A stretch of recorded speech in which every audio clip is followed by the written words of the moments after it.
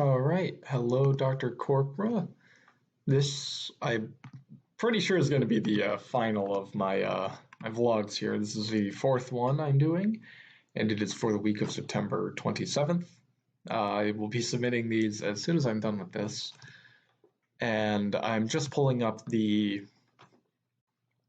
submission that my group had for the case study exercise that we did in class, because I would like to talk about that. And it's just taking me a minute to get to it. There we go. So I guess I should preface this in saying that yet again, just like all of the other weeks I've noted, I happen to have had quite little information about this, topic going into it, and that seemed to be the case just about every other time, except for on the matters of human trafficking, and that's only because I'm taking a class on human trafficking.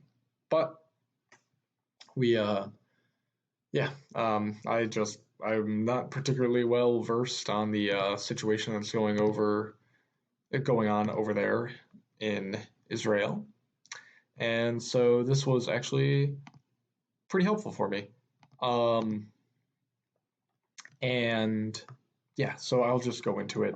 I believe I believe it was the second week I somewhat discussed the matrices that we use for these classes, um, and just how we use them and what elements we've been talking about. So the one that my class put together that you used as or my group put together and you used as the second example, I was actually, I never really considered crossing it, but using a particular like color indicator for it. If I were to call historical green and legal, or historical yellow and legal blue, and then I had a historical and a legal crossover and do green for that box or whatever. And actually, that sounds almost trivial, but it's something that I believe I'm actually going to be implementing in the future, and just kind of wanted to touch on that sort of stuff. Frankly, I would like to expand. I watching or and listening to all the other discussions and stuff like that we've seen. I kind of wish that I knew more about this topic, but obviously that's why I'm taking the class. But I wish I knew more in the way that I could, you know, add another dimension to these matrices or really notice what to pick up on. You know, the barriers to human security video that we watched, had discussed infrastructure and things of that nature to be a driver of corruption, which is something that I had never really considered. I believe gender inequality was the other major element that had surprised me in that case. But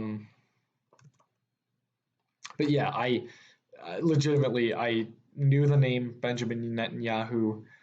I know that Israel and Palestine and everyone else over in that little corner of the world has been having a bad time for a long time, and I know it's partly the British's fault, just like everything else in what seems to be human history at this point.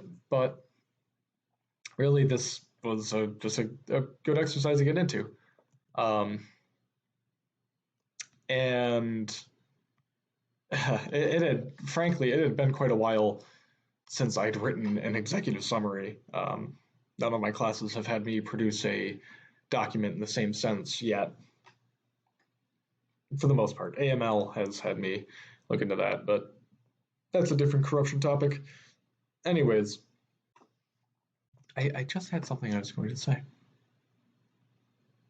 Oh, I was going to talk about how working together as a team in this modern day of COVID, primarily because the team that we're, that's strung together, I actually had never met Connolly, Minard, Petraka, or Rupert before in this class. I'd seen them before.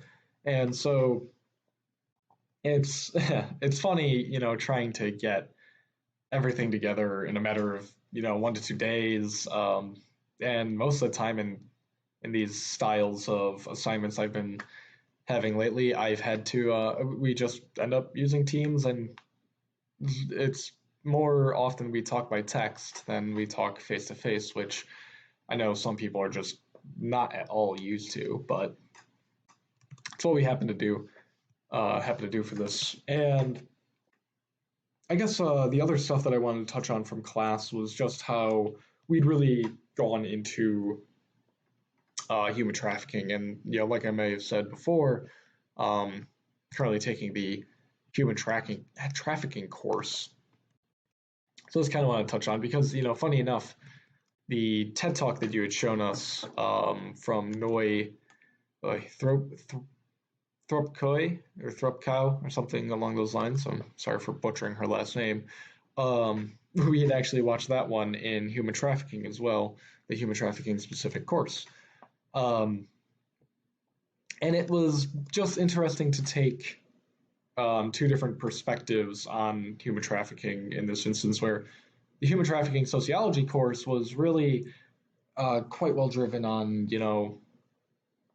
it was earlier on in the semester, so it was the trivial stuff. It was who did what, where, whom, why, where can we see this other places, um, why do you think it happens, kind of thing. Now, a few weeks later, witnessing the same video in a different course and having a different lens or style to apply to it was pretty helpful. You know, I didn't focus on how corruption enabled human trafficking, obviously, when I first watched this. But we focused in on the fact that marginalized portions of the population are utilized. Obviously, that was discussed in the human trafficking course as well as now, primarily because we focus on those who can be exploited quite easily, those that are really targets for corruption, exploitation, other elements of that matter. Um, they also face systematically degraded work environments, which we did talk about in human trafficking, but that was not exactly something that I had considered to be an element of the development of corruption, or how corruption enables human trafficking, or how we get that sort of Ouroboros, the self-eating serpent. Um, Denied the right to organize. That one came up in both and was something that, um, I mean, with enough thought, anyone could put two and two together and determine that corruption enables human trafficking in that manner. Um, but I guess we did go over the quantities of people, the 68% or 70% in labor, 20-ish about in forced prostitution, then 10% in state imposed labor. But I don't know why. I guess I just kind of glossed over that when I watched this for the first time um in human trafficking.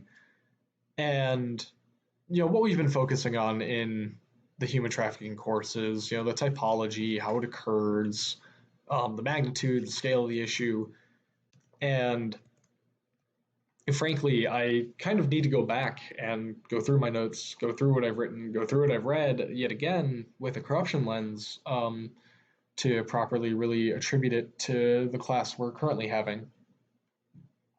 Um, and I mean, my case study obviously isn't even on human trafficking, but it very well, may be an element of it. It's on the Belgian passport makers. And if anyone knows anything about human trafficking, it's that visas and passports and other documents kind of need to be implemented and forged in one way or another. Um,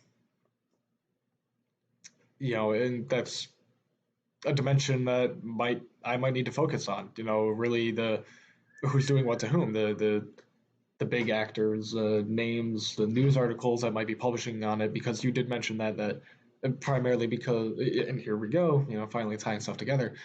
Looking at the Israel case, and then looking, at the case study, I'm obviously not Belgian, and I obviously don't read Belgian newspapers, so that kind of research does need to get done, and it's a dimension that I wouldn't have considered had we not gone over that case study exercise. And it's really coming together for me at this point, because there are so many elements that I might miss by not looking into who might want to cover that ordinarily and just decided not to, or who ordinarily doesn't cover that and is choosing to now, and why, and all those other elements. But really, those are the connections I want to make. I know that the past week wasn't hyper intense. A lot of the discussion that was to be had was had in class. Um, so yeah, that's primarily what I wanted to touch on. I'm just going to gloss over my notes once more and make sure that I'm not missing anything that I want to speak about. As I could also touch about the consequences, which isn't exactly something that we've touched on in the class. The human trafficking course covers the consequences much further in the socioeconomic way, obviously, primarily, what happens to the person when they come back into the community? Why does this happen? And, what should we be focusing on, kind of thing. But tying that into human security as well as corruption, the implementation of somebody back into their community coming out of a human trafficking situation is quite a big problem, and really it boils down to how rooted human trafficking has gotten into the system that one faces at any given moment. Um, Let me see. There's a lot. I don't know if this would touch on the topic of corruption, but the real criminalization of human trafficked victims is just something that surprises me. It's a quite common discussion in the human trafficking class because we're getting to the point in that course where we're reading the true tales from people who remember it, basically, tales from the crypt, and a lot of the time, law enforcement has been the opposite of helpful, and you have to wonder. I mean, you discussed that particularly as well with the Bosnia incident. They aren't trained, sure, but it's just interesting to me that the laws can be so roundabout and backwards to say that